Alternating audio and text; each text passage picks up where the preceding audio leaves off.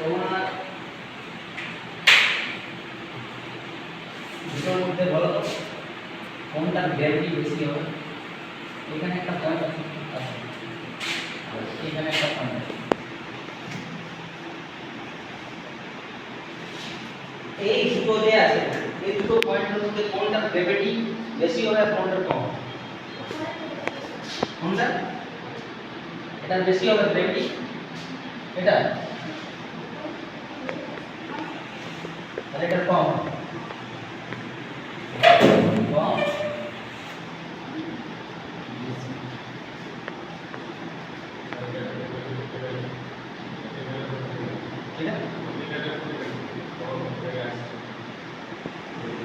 একটা বস্তু হচ্ছে স্থির বস্তু, আমি বলছি ওখানে আছে, ওখান থেকে আসছে কি? আমি কি বলবো, এটা পৃথিবী, একটা বস্তু এখানে আছে, একটা এখানে আছে, ঠিক আছে? দুটোর কোনটা গ্র্যাভিটি বেশি হবে? দুটো একই হবে না, একই হবে না।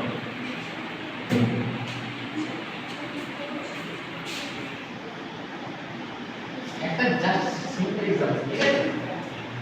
এবারে একটা সিম্পল এক্সাম্পল দিচ্ছি, চুম্বক আছে, ঠিক আছে? তা কি চুম্বক আছে, ঠিক আছে? চুম্বকটার সামনে একটা এইখানে একটা লোহা আছে আর এখানে একটা লোহা আছে, কাকে তারা টানে, কাকে ধরে টানে? কাছেরটাকে ধরে টানে, সেটাই হচ্ছে ওটা। ম্যাগনেটিক ফিল্ড আর গ্র্যাভিটির মধ্যে বিশেষ কিছু পার্থক্য নেই। ম্যাগনেটিক ফিল্ড মানে চুম্বকত্ব আকর্ষণ, ঠিক আছে? গ্র্যাভিটি আর ম্যাগনেটিক ফিল্ড একভাবে কাজ করে। ওই গ্র্যাভিটিকে অনুকরণ করে ম্যাগনেটটা বানানো হয়েছে। ম্যাগনেটটা ওইভাবে কাজ করে।